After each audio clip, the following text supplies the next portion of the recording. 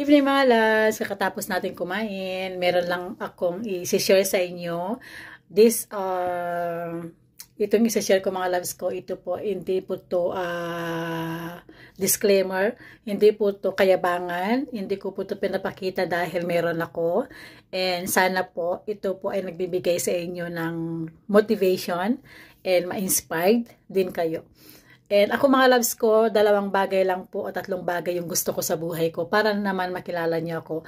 Ako mga loves ko is hardworking ako, and yung mga pera ko na galing yan sa pagod ko, sa sikap ko mga loves, is ini-invest ko sa bagay na nakikita ko na in the future mga loves ko, pag nag-retire na ako, pag tumanda na ako, is meron akong bagay na magagamit, magagastos, may bebenta.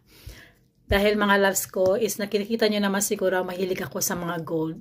Yes, mga loves ko, mahilig ako sa gold. Lahat ng pera ko mga loves ko is binibili ko sa gold is very good investment. Ito po ang tawag nito mga loves is power ring. So pag may pera ako mga loves ko at iniipon ko yan, bumibili ako ng gold. Yung mga gold ko mga loves ko, nag-start ako nag-invest was 3 years ago.